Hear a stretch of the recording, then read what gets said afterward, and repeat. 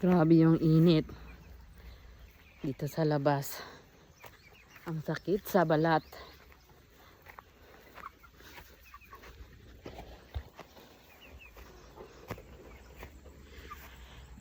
Ay. Dito ako sa kulungan ng manok. Titingnan ko lang yung aking mga alaga.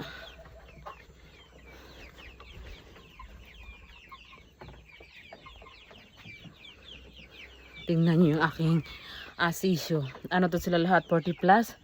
Pero tingnan nyo kung ilan na lang yung natira. Yan na lang ang natira. Parang nasa 10 mahigit na lang. Ewan ko ba ba't namamatay. Kompleto naman sila ng pagkain, vitamin, gamot. Pero marami pa rin namamatay. Hindi ko alam kung bakit.